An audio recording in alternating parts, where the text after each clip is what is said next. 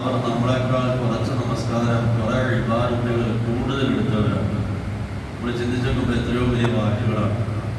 ഒരു കുട്ടിയെ കാണുമ്പോൾ നമ്മൾ ആദരിക്കണം, കാരണം നമ്മുടെ അത്രയും പാപം ആ കുഞ്ഞ് ചെയ്തിട്ടില്ല. അപ്പോൾ നമ്മളെക്കാൾ അവർ ഭാഗ്യവാന്മാരാണ്. വലിയവരെ കാണുമ്പോൾ ആദരിക്കണം. എന്തിനു വേണ്ടി? നമ്മളെക്കാൾ കൂടുതൽ ഇബാദത്ത് അവർ ചെയ്തിട്ടുണ്ട്, അതിൻ്റെ പേരിൽ നമ്മൾ അവരെ ആദരിക്കണമെന്ന്. ഇതാണ് ഈ നന്മ കാണാൻ പറ്റുന്ന ഹൃദയം എന്ന് പറയുന്നത്. നമുക്കിന്ന് നന്മ കാണാൻ പറ്റുന്ന ഹൃദയമില്ല. ഇതുപോലെ തന്നെയായിരുന്നു മഹാനായ ഇബ്രാഹിം മൗലാന. കുറഞ്ഞ കാലങ്ങളിൽ 8-10 വർഷത്തിന് മുമ്പ് മരണപ്പെട്ടു പോയ ഒരു വലിയ മനുഷ്യനാണ്. ഇത്രയും സുന്നത്തെ ഹയാത്താക്കുന്ന ഒരു മനുഷ്യൻ എന്ന് പറഞ്ഞാൽ ഒരു 5 മിനിറ്റ് മഹാനവരുടെ കൂടെ നമ്മളൊന്ന് ഇരുന്നാൽ നമുക്ക് എന്തെങ്കിലും ഒന്ന് പഠിപ്പിക്കാതെ വിടില്ല. ഒരിക്കൽ മഹാനവരുടെ ഹറമിൽ, സാധാരണ ഹറമിൽ അണ്ടർഗ്രൗണ്ടിലാണ് പലപ്പോഴും മുമ്പിലിരിക്കുന്നത്. അപ്പോൾ നമ്മൾ കുറേ ആൾക്കാർ ഇദ്ദേഹത്തെ കാണാൻ വേണ്ടി ഹറമിൽ കൂടുക. അദ്ദേഹത്തിൻ്റെ അടുക്കൽ ചെന്നതിന് മറ്റൊന്നുമില്ല, ഹറമിലാണ്, ഉസ്താദിനെ കൊണ്ട് ദുആ ചെയ്യിക്കണം, അത്ര മാത്രമേ ഉള്ളൂ. എല്ലാവരും ഹജ്ജിന് പോയ ആൾക്കാർ ഇദ്ദേഹത്തിൻ്റെ അടുക്കൽ ചെല്ലുമ്പോൾ കഷ്ടിച്ച് 5 മിനിറ്റ് ഇരുന്നിട്ടുണ്ടാകും. അതിനിടയിൽ നമുക്ക് പഠിപ്പിച്ചു തന്ന കുറേ കാര്യങ്ങൾ. മൂപ്പർ എപ്പോഴും ഇരിക്കുന്നത് ഏതെങ്കിലും സംസമിൻ്റെ ഒരു പാത്രത്തിനടുത്തേ ഇരിക്കും. അപ്പോൾ അതിനടുത്തങ്ങനെ ഇരിക്കുമ്പോൾ നമ്മളങ്ങനെ ചെന്നു. 11-12 പേരുണ്ട്. ചെന്നപ്പോൾ ചോദിച്ചു, എന്താ ഇവിടെ വന്നത്?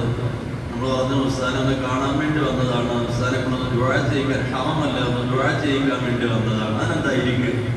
എല്ലാവരും ഇരുത്തി കഴിഞ്ഞിട്ട് ഉസ്താദ് എന്ത് ചെയ്തു? സംസമിൻ്റെ ഗ്ലാസ് എടുത്ത് ആ ക്യാനിൽ നിന്ന് സംസം എടുക്കും.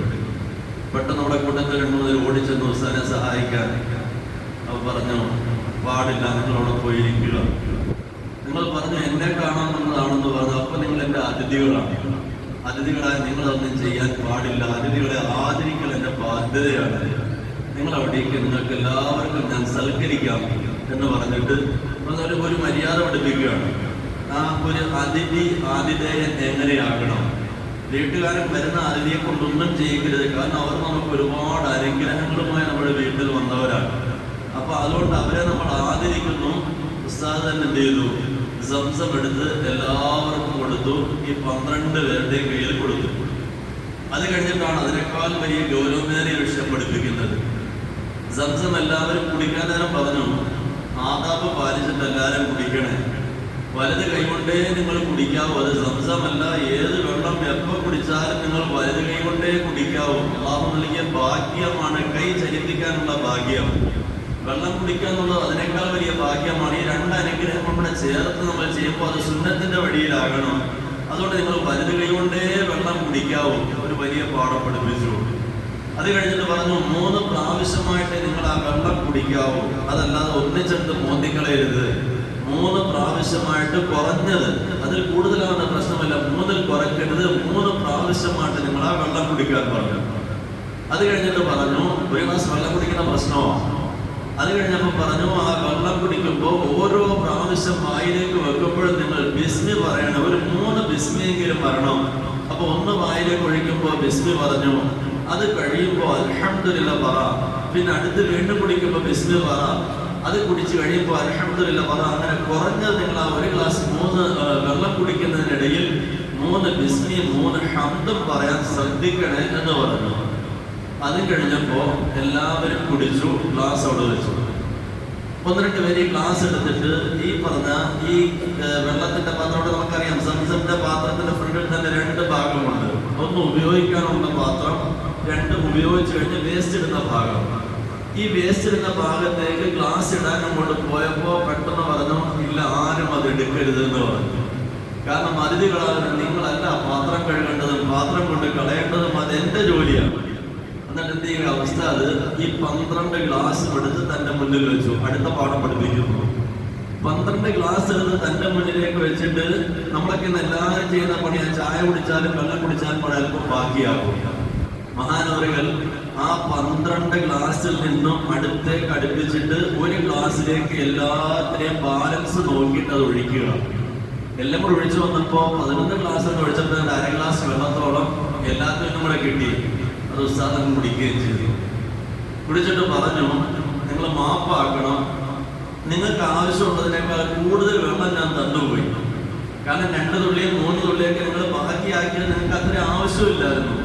പക്ഷെ ആവശ്യമില്ലാത്ത അത്രയും ഞാൻ ഒഴിച്ചു തന്നതുകൊണ്ടാണ് നിങ്ങൾ ബാക്കിയാക്കിയത്. അതുകൊണ്ട് ഞാൻ ചെയ്ത തെറ്റിന് നിങ്ങൾ മാപ്പാക്കിയേക്കണം എന്ന് പറഞ്ഞിട്ട് ഉസ്താദ് കുടിക്കുന്നു. സത്യത്തിൽ ആ ഗ്ലാസ്സിൽ വെള്ളം ബാക്കി വെച്ചവരൊക്കെ വല്ലാത്ത സങ്കടത്തിലായി. അത് കഴിഞ്ഞിട്ട് പറഞ്ഞു, ഒരതിഥി ഭക്ഷണം പാഴാക്കുകയാണെങ്കിൽ അതിൻ്റെ ഒരു വിഷമം എനിക്കും കൂടി ഉണ്ടാകും. കാരണം ഞാൻ നിങ്ങൾക്ക് അധികം തന്നതുകൊണ്ടാണ് നിങ്ങളത് പാഴാക്കുന്നത്. അതുകൊണ്ട് നമ്മുടെ ജീവിതത്തിലും അത് ശ്രദ്ധിക്കണേ. ഒരാൾക്കും ആവശ്യത്തിന് അപ്പുറത്തേക്ക് കൊടുക്കരുത്. എവിടെയത് 2 തുള്ളി 3 തുള്ളി വെള്ളത്തിന്റെ പ്രശ്നമാണ്. 11 ഗ്ലാസ്സിൽ കൂടെ എടുത്തപ്പോഴാണ് അര ഗ്ലാസ്സിൽ താഴെ മാത്രം വെള്ളം കിട്ടിയത്. പ്രിയമുള്ളവരെ, അത് കഴിഞ്ഞതിന് ശേഷം മഹാനവർ പറഞ്ഞു, ഏതായാലും എൻ്റെ അതിഥികളല്ലേ, നിങ്ങളൊരു ദുആയും കൂടെ ചെയ്തിട്ട് പോകണേ. എങ്ങനെ? അല്ലാഹുമ്മ അത്ഇംനാ തഅമന വസ്ഖിമൻ സഖാന മിൻ തഅമിൽ ജന്നതി വശറാബിഹാ.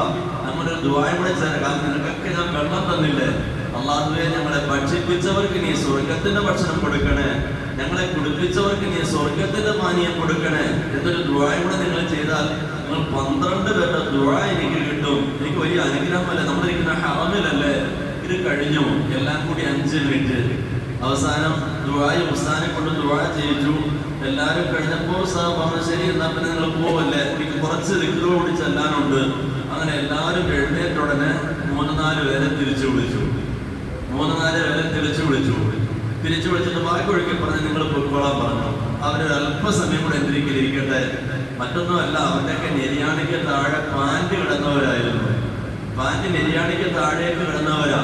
അവരെ വിളിച്ചിട്ട് പറഞ്ഞു, എൻ്റെ ഹബീബ് റസൂലുള്ളാഹി സ്വല്ലല്ലാഹു അലൈഹി വസല്ലം തങ്ങൾ പറഞ്ഞു, കുറെ കടന്നതിന് ശേഷം പറഞ്ഞു, എൻ്റെ ഹബീബ് റസൂലുള്ളാഹി സ്വല്ലല്ലാഹു അലൈഹി വസല്ലം പറഞ്ഞു, ലാ യുകല്ലിമുഹുമുല്ലാഹ്, അല്ലാഹു സംസാരിക്കാത്തൊരു കൂട്ടരുണ്ട്, അല്ലാഹു പരിശുദ്ധമാക്കാത്ത കൂട്ടരുണ്ട്, അല്ലാഹു നോക്കാത്ത കൂട്ടരുണ്ട്. അവരാരാ? നിര്യാണിക്ക് താഴേക്ക് വസ്ത്രം ഇറക്കി നടക്കുന്നവരാണ്. അതുകൊണ്ട് നിങ്ങൾ ഹറമിലൊക്കെ വരാൻ ഭാഗ്യം ലഭിച്ചു, അള്ളാഹുവിന്റെ വീട്ടിൽ വരാൻ ഭാഗ്യം ലഭിച്ചവരാ. ആ ഭാഗ്യം കിട്ടിയിട്ട് നിങ്ങൾ നിര്യാണിക്ക് താഴേക്ക് നിങ്ങളുടെ വസ്ത്രം വലിച്ചിറക്കി നടന്നാൽ, നിങ്ങൾ ഇതെല്ലാം ചെയ്തു, നാളെ അവിടെ ചെല്ലുമ്പോൾ അള്ളാഹു നിങ്ങളെ നോക്കില്ല, അള്ളാഹു നിങ്ങളോട് സംസാരിക്കില്ല, അള്ളാഹു നിങ്ങളെ പരിശുദ്ധമാക്കില്ല. അതുകൊണ്ട് ഇപ്പൊ മടക്കി വെക്കേണ്ട, അത് വേറെ ചില പ്രശ്നമുണ്ട്.